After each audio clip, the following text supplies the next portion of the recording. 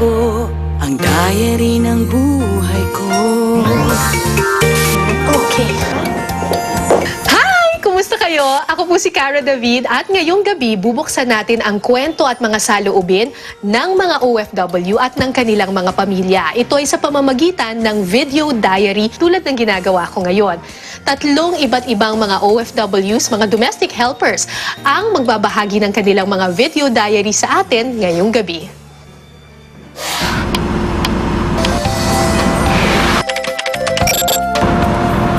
So ito, pagkarating ko, inuuna kong linisin kusina kasi gusto niya malinis sa kusina.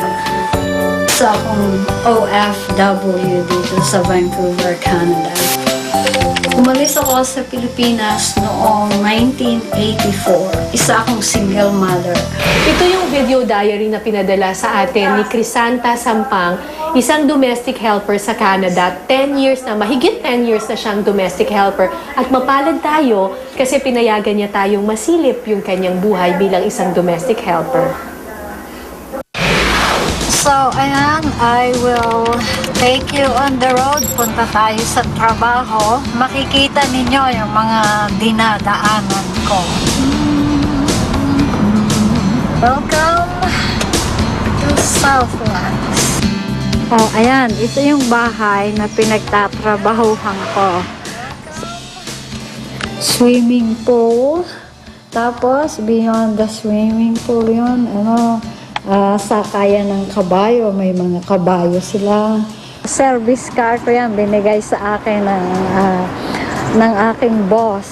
Ito yung picture ng boss ko, si Auntie Donna, at yung anak niyang si Sydney. Mabait naman ang aking amo, mababait sila. I have been working part-time for 7 years. Ang trabaho ko doon, maglaba, magluto, maglinis ng bahay. Pero alam mo, ang pinakamahirap na parte ng buhay ng isang DH, yung makikisama ka at makikitira sa mga taong hindi mo naman kilala. Pag nagkasakit ka, ikaw lang ang mag-aalaga sa sarili mo.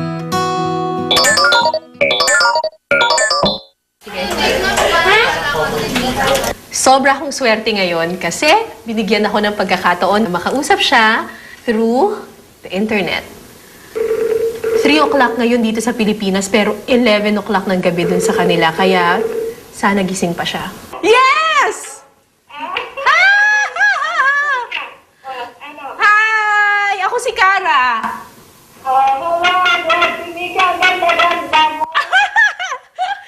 Ano yung pinakamahirap na parte ng pagiging DH? Ang pinakamahirap talaga yung malayo ka sa pamilya mo.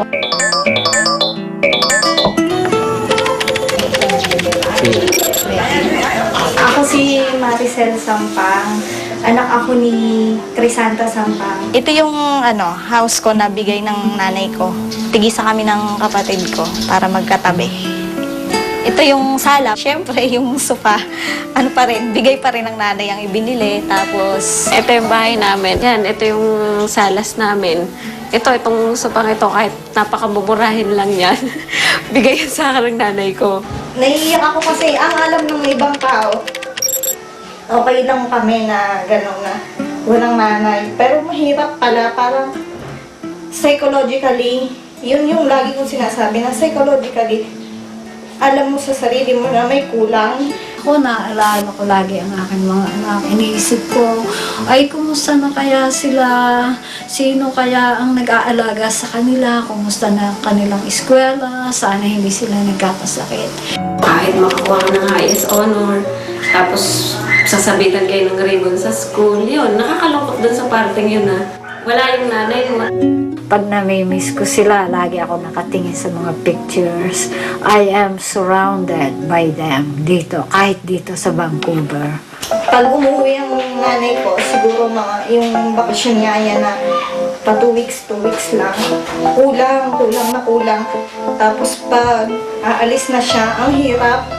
Yung mga anak mo, do they feel abandoned? Meron ba silang resentment sa'yo na wala ka nung mga importanteng yugto ng buhay nila?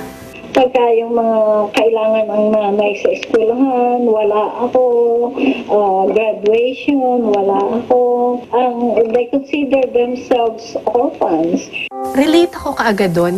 Ito lang, kagagaling ko lang ng Amerika for 3 weeks. Tapos, nag-chat kami ng anak ko. Tapos, tinanong ko, anong gusto mong mag-isip ka, anong gusto mong regalo? Marami ditong mabibilan sa Amerika. Tapos, ang sabi lang niya sa akin, anything, mama, just come home.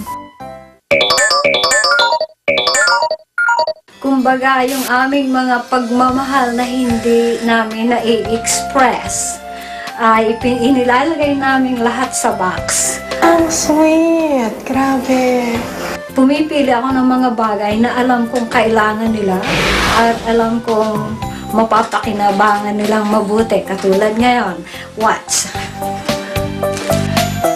Ito, upuan ito ng computer chair.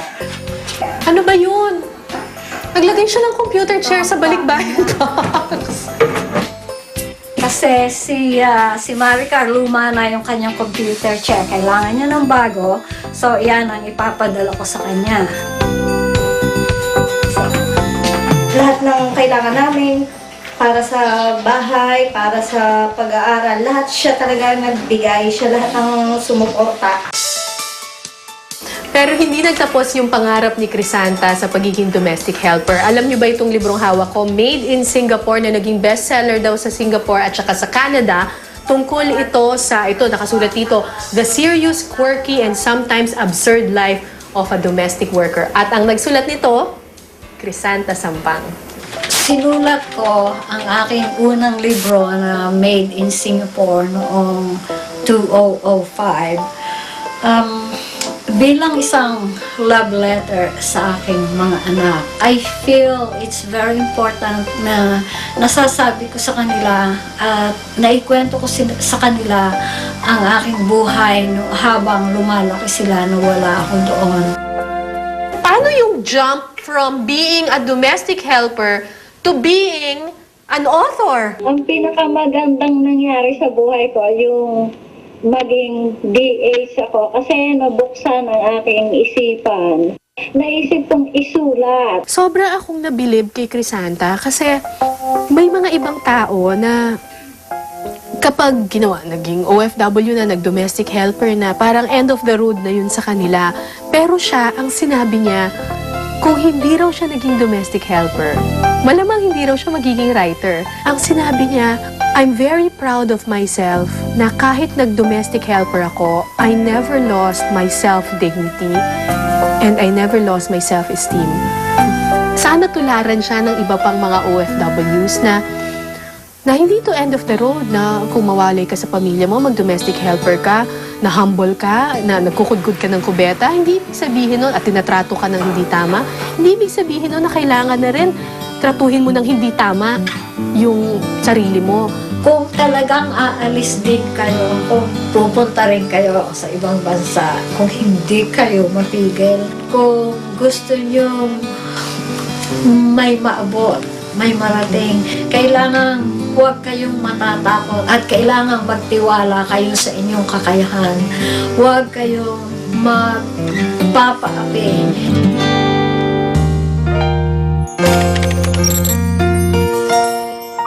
Last September, umuwi siya. Ang saya-saya niya, kumakaway pa sa akin. Tapos ngayon, umuwi siya, nakaisang kabaong na siya.